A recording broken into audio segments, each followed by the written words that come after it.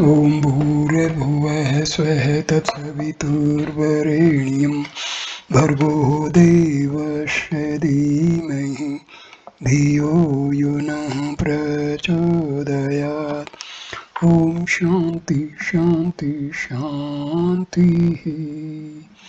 Namaskar my dear friends, this is video number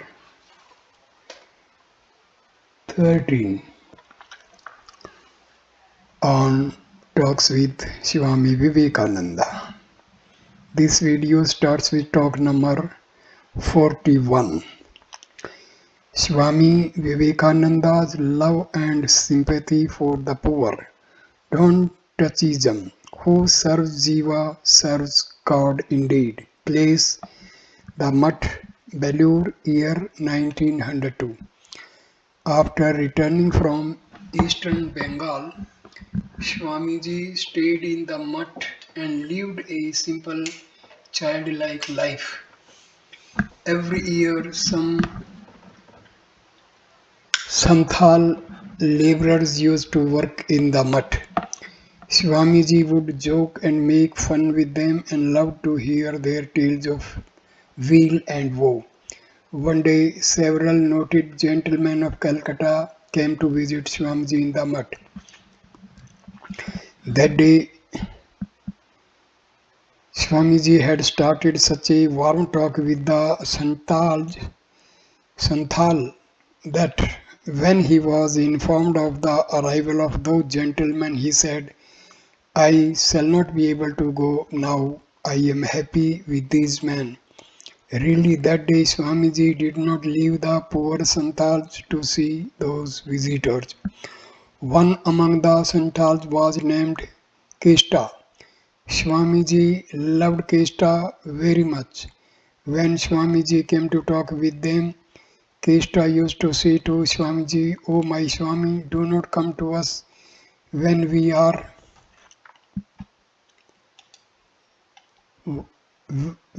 working, for while talking with you our work stops and the supervising Swami rebukes us afterwards." Swamiji would be touched by these words and say, No, he will not say anything. Tell me a little about your part of the country. Saying which he used to introduce the topic of their worldly affairs. One day Swamiji said to Kesta, Well, will you take food here one day? Kesta said, We do not take food touched by you. If you put salt in our food and we eat it, we shall lose our caste. Swamiji said, Why should you take salt? We will prepare curry for you without salt. Will you then take it? Kesta agreed to it. Then at the orders of Swamiji, bread, curry, sweets, curds, etc. were arranged for the Santhals and he made them sit before him to eat. While eating, Kesta said, Whence have you got this thing? We have never tasted anything like this. Swamiji, feeding them, sumptuously said, You are Narayana's God manifest. Today I have offered food to Narayana. The service of Dridra Narayana, God in the poor, about which Swamiji spoke, he himself performed one day like this. After meals, the Santhals went for rest, and Swamiji, addressing the disciples, said, I found them the veritable embodiment of God, such simplicity, such sincere gentleness, love, and I have seen nowhere else. Then, addressing the sannyasis of the Mutt, he said, See how simple they are. Can you mitigate their misery a little? Otherwise, of what good is the wearing of the Girva robe? Sacrifice of everything for the good of others is real sannyasa. They have never enjoyed any good thing in life. Sometimes I feel a desire to sell the mutt and everything and distribute the money to the poor and destitute. We have made the tree our shelter. Alas, the people of the country cannot get anything to eat, and the heart how can we have the heart to raise food to our mouths? When I was in the Western countries, I prayed to the Divine Mother. People here are sleeping on a bed of flowers. They eat all kinds of delicacies, and what do they not enjoy? While people in our country are dying of starvation, Mother, will there be no way for them? One of the objects of my going to the West to preach religion was to see if I could find any means for feeding the people of this country. Seeing the poor people of our country starving for food, a desire comes to me to overthrow all ceremonial worship and learning and go round from village to village collecting money from the rich by convincing them through force of character and sadhana and to spend the whole life in serving the poor. Alas, nobody thinks of the poor of the country. They are the backbone of the country who by their labor are producing food. These poor people, the sweepers and laborers who if they stop work for one day will create a panic in the town, but there is none to sympathize with them, none to console them in their misery. Just see, for want of sympathy from the Hindus, thousands of parihas in Madras are turning Christians. Don't think this is simply due to the pinch of hunger. It is because they do not get any sympathy from us. We are day and night calling out to them, don't touch us, don't touch us. Is there any compassion or kindliness of heart in the country? Only a class of don't touchists kick such customs out. I sometimes feel the urge to break the barriers of don't touchism. Go at once and call out, come all who are poor, miserable, wretched, and downtrodden, and to bring them all together in the name of Sri Ramakrishna. Unless they rise, the mother won't awaken. We could not make any provision for food and clothes for these. What have we done then? Alas, they know nothing of worldliness, and therefore even after working day and night cannot provide themselves with food and clothes. Let us open their eyes. I see clear as daylight that there is the one Brahma in all, in them and me. One Shakti dwells in all. The only difference is of the manifestation. Unless the blood circulates over the whole body, has any country risen at any time? If one limb is paralyzed, then even with the other limbs whole, not much can be done with that body. Know this for certain. Disciple, sir, there is such a diversity of religions and ideas among the people of this country that is a difficult affair to bring harmony among them. Swamiji, in anger, if you think any work difficult, then do not come here.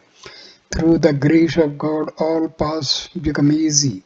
Your work is to serve the poor and miserable without distinction of caste or color, and you have no need to think about the results. Your duty is to go on working, and then everything will follow of itself.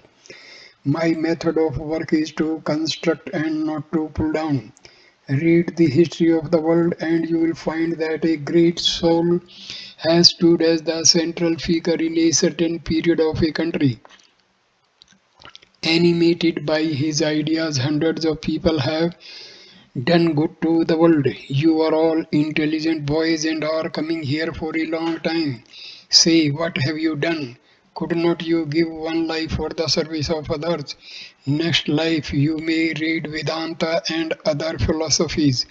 Give this life for the service of others, then I shall know that your coming here has not been in vain. Saying these words, Swamiji sat silent, wrapped in deep thought. After some time he said, after so much austerity, I have understood this as the real truth. God is present in every jiva. There is no other God besides that. Who serves jiva serves God indeed.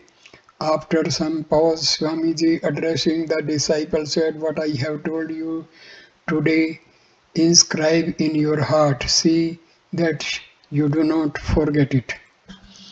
Chapter number 42, talk number 42. Life at the Belur Mutt in early days. Swami Vivekananda's reminiscence of Baranagar Mutt, rigors of monastic vow. Place the Mutt, Belur, year 1902, beginning. It was Saturday, and the disciple came Saturday, and the disciple came to the Mutt just before evening. An austere routine was being followed now at the Mutt regarding spiritual practices. Swamiji had issued an order that all brahmacharis and sannyasis should get up very early in the morning and practice japam and meditation in the worship room. Swamiji was having little sleeping during these days and would rise from bed at 3 in the morning. On the disciple saluting Swamiji just after his appearance at the Mutt, he said, "Well, see how they are practicing religious exercises here nowadays. Everyone passes a considerable time in japam and meditation on mornings and evenings. Look there, a bell has been procured which is used for rousing all from sleep. Everyone has to get up before dawn." Sri Ramakrishna used to say, "In the morning and evening, the mind remains highly imbued with the sattva ideas. Those are the times when one should meditate with earnestness." After the passing away of Sri Ramakrishna, we underwent a lot of religious practice at the Badanagar Mutt. We used to get up at 3 a.m. and after washing our face, etc., some after bath and others without it, we would sit in the worship room and become absorbed in japam and meditation. What a strong spirit of dispassion we had in those days. We had no thought even as to whether the world existed or not. Ramakrishnananda busied himself day and night with the duties pertaining to Sri Ramakrishna's worship and service, and occupied the same position in the Mutt as the mistress of the house does in a family. It was he who would procure, mostly by begging, the requisite articles for Sri Ramakrishna's worship and our subsistence. There have been days when the japam and meditation continued from morning till 5 or 5 in the afternoon. Ramakrishnananda waited and waited with our meals ready till at last he would come and snatch us from our meditation by sheer force. Oh, what a wonderful constancy of devotion we have noticed in him. Disciple, sir, how you used to meet the Mutt expenses then? Swamiji, what a question. Well, we were sadhus, and what would come by begging and such other means would be utilized for defraying the Mutt expenses. Today, both Suresh Babu and Balram Babu are no more. Had they been alive, they would have been exceedingly glad to see this Mutt. You have doubtless heard Suresh Babu's name. He was in a way the founder of this Mutt. It was he who used to bear all the expenses of the Baranagar Mutt. It was this Suresh Mitra who used to think most for us in those days. His devotion and faith have no parallel. Disciple, sir, I have heard that you did not see him very often at his deathbed. Swamiji, we could only do it if we were allowed by his relatives. Well, it is a long tale, but now this for certain that among worldly people it is of little count to your relatives and kinsmen whether you live or die. If you succeed in leaving some property, you will find even in your lifetime that there has been set up a brawl over it in your household. You will have no one to console you in your deathbed, not even your wife and sons. Such is the way of the world. Referring to the past condition of the mutt, Swamiji went on, owing to want of funds, I would sometimes fight for abolishing the mutt altogether, but I could never induce Ramakrishnananda to accede to the proposal, nor Ramakrishnananda to be the central figure of the mutt. There have been days when the mutt was without a grain of food. If some rice was collected by bagging, there was no salt to take it with. On some days there would be only rice and salt, but nobody cared for it in the least. We were then being carried away by a tidal wave of spiritual practice. Boiled bimba leaves, rice and salt. This was the menu for a month at a stretch. Oh, those wonderful days! The austerities of that period were enough to dismay supranatural beings, not to speak of man. But it is a tremendous truth that if there be real worth in you, the more are circumstances against you, the more will that inner power manifest itself. But the reason why I have provided for beds and tolerable living in the mutt is that the sannyasis that are enrolling themselves nowadays will not be able to bear so much strain as we did. There was the life of Sri Ramakrishna before us, and that was why we did not care much for privations and hardships. Boys of this generation will not be able to undergo so much hardship as it is that I have provided for them. If they get just enough food and clothing, the boys will devote themselves to religious practice and will learn to sacrifice their lives for the good of humanity. Disciple, sir, outside people say a good deal against this sort of bedding and furniture. Swamiji, let them say, even in jest they will at least once think of this mutt, and they say it is easier to attain liberation through cherishing a hostile spirit. Sri Ramakrishna used to say, men should be counted as worms. Do you mean we have to conduct ourselves according to the chance opinion of others? Shah. Disciple, sir, you sometimes say all are Narayana, the poor and the needy are my Narayanas, and again you say men should be counted as worms. What do you really mean? Swamiji, well, there is not the least doubt that all are Narayanas, but all Narayanas do not criticize the furniture of the mutt. I shall go on working for the good of man without caring in the least for the criticisms of others. It is in this sense that the expression men are to be counted as worms has been used. He who has a dogged determination like that shall have everything. Only some may have it sooner and others a little later. That's all, but one is bound to reach the goal. It is because we had such a determination that we have attained the little that we have. Otherwise, what dire days of privation we have had to pass through. One day, for want of food, I fainted in the outer platform of a house on the roadside, and quite a shower of rain had passed over my head before I recovered my senses. Another day I had to do odd jobs in Calcutta for the whole day without food and had my meal on my return to the mutt at 10 or 11 in the night, and these were not solitary instances. Saying these words, Swamiji sat for a while pursuing some train of thought, then he resumed. Real monasticism is not easy to attain. There is no order of life so rigorous as this. If you stumble ever so little, you are hurled down a precipice and are smashed to pieces. One day I was traveling on foot from Agra to Vrindavan. There was not a farthing with me. I was about a couple of miles from Vrindavan when I found a man smoking on the roadside, and I was seized with a desire to smoke.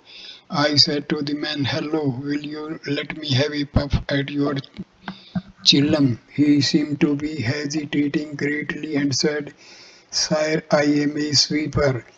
Well, there was the influence of old sanskaras, and I immediately stepped back and resumed my journey without smoking. I had gone a short distance when the thought occurred to me that I was a sannyasi who had renounced caste, family, prestige, and everything, and still I drew back as soon as the man gave himself out as a sweeper and could not smoke at the chillum touched by him. The thought made me restless at heart. When I had walked on half a mile, again I retraced my steps and came to the sweeper, whom I found still sitting there. I hastened to tell him, "Do prepare a chillum of tobacco for me, my dear friend." I paid no heed to his objections and insisted on having it. So the man was compelled to prepare a chillum for me. Then I gladly had a puff at it and proceeded to Vrindavan.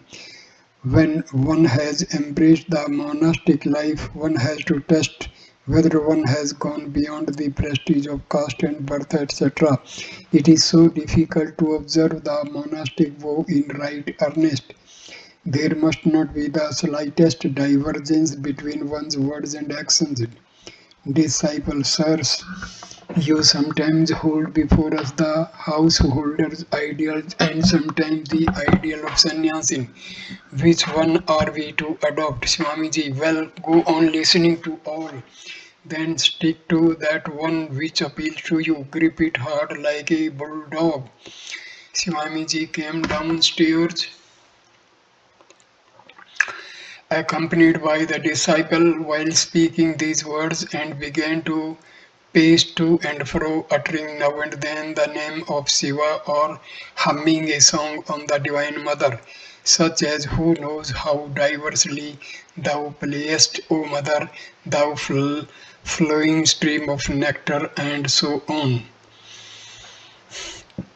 Talk number 43 on meditation, how to awake the Kundalini.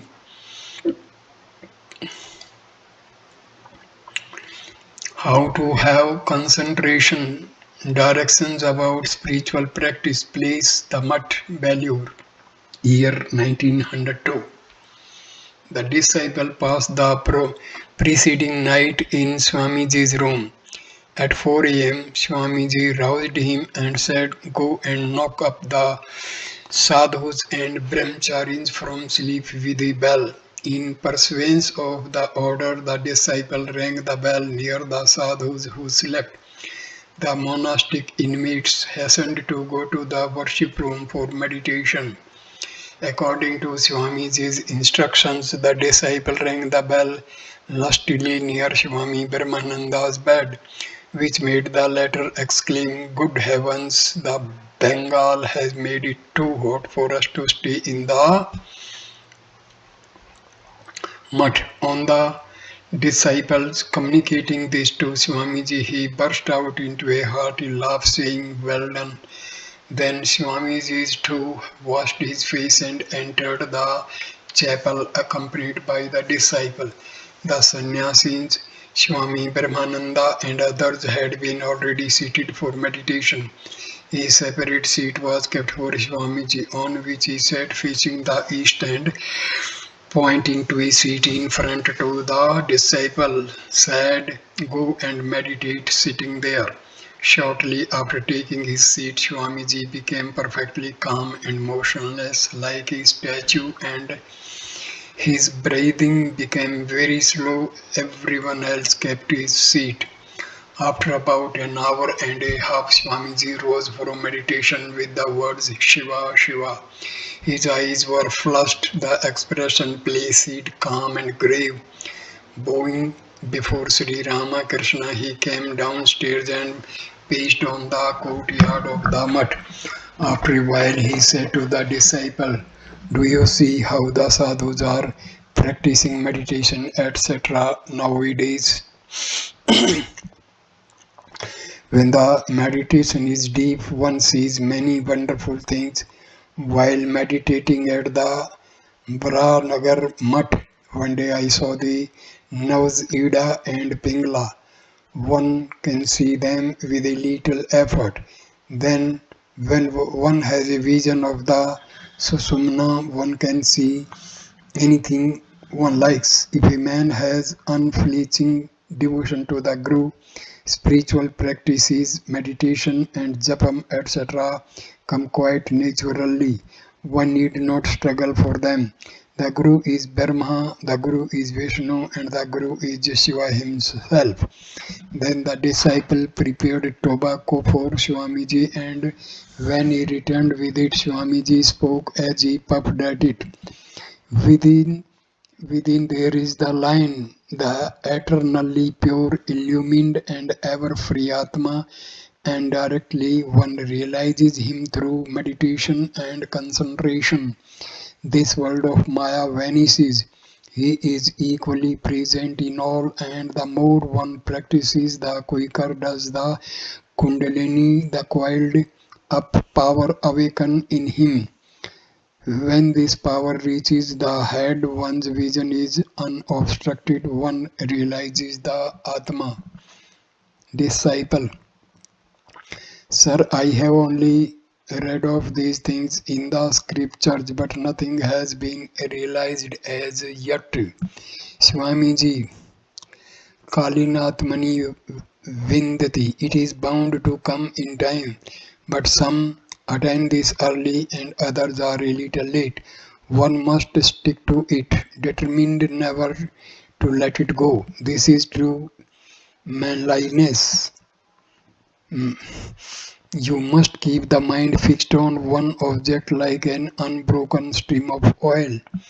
The ordinary man's mind is scattered on different objects, and at the time of meditation too, the mind is at first apt to wander.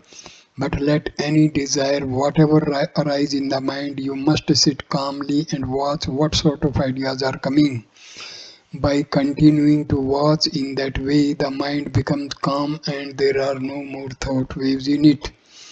These waves represent the thought activity of the mind.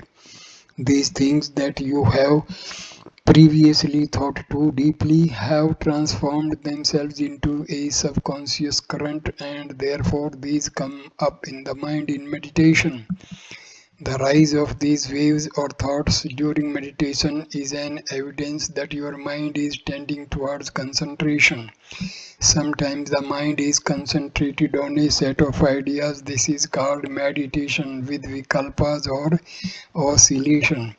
But when the mind becomes almost free from all activities, it melts in the inner self, which is the essence of infinite knowledge, one and itself its own sport. This is what is called Nirvikalpa Samadhi, free from all activities. In Sri Ramakrishna, we have again and again noticed both these forms of Samadhi. He had not struggled to get these states. They came to him spontaneously, then and there. It was a wonderful phenomenon. It was by seeing him that we could rightly understand these things. Meditate every day alone, everything will open up of itself. Now the Divine Mother, the embodiment of illumination, is sleeping within. Hence, you do not understand this. She is the Kundalini. When before meditating, you proceed to purify the nerves, you must mentally strike hard on the Kundalini in the Muladhara, sacral plexus, and repeat, Arise, Mother, arise. One must practice these slowly during meditation. Suppress the emotional side altogether. This is a great source of danger. Those that are very emotional have no doubt their Kundalini rushing quickly upwards, but it is as quick to come down as to go up. And when it does come down, it leaves the devotee in a state of utter ruin. It is for this reason that kirtans and other auxiliaries to emotional development have a great drawback. It is true that by dancing and jumping, etc., through a momentary impulse, that power is made to course upwards, but it is never enduring. On the contrary, when it traces back its course, it rouses violent lust in the individual. Listening to my lectures in America, through temporary excitement, many among the audience used to get into an ecstatic state, and some would even become motionless like statues. But on inquiry, I afterward found that many of them had an excess of the carnal instinct immediately after that state. But this happens simply owing to a lack of steady practice in meditation and concentration. Disciple, sir, in no scripture have I ever read these secrets of spiritual practice. Today I have heard quite new thing. Swamiji, do you think the scriptures contain all the secrets of spiritual practice? These are being handed down secretly through a succession of gurus and disciples. Practice meditation and concentration with the utmost care. Place fragrant flowers in front and burn incense. At the outset, take such external help as will make the mind pure. As you repeat the name of your Guru and Ishtam, say, peace be to all creatures and the universe. First send impulses of these good wishes to the north, south, east, west, above, below, in all directions, and then sit down to meditate. One has to do like this during the early stages. Then sitting still, you may face in any direction. Meditate in the way I have taught you while initiating. Don't leave out a single day. If you have too much pressing work, go through these spiritual exercises for at least a quarter of an hour. Can you reach the goal without a steadfast devotion, my son? Now Swamiji went upstairs, and as he did so, he said, you people will have your spiritual insight opened without much trouble. When you have chanced to come here, well, you have liberation and all under your thumb. Now, besides practicing meditation, etc., set yourselves heart and soul to remove to a certain extent the miseries of the world, so full of wails. Through hard austerities, I have almost ruined this body. There is hardly any energy left in this pack of bones and flesh. You set yourself to work now and let me rest a while. If you fail to do anything else, well, you can tell the world at large about the scriptural truths you have studied so long.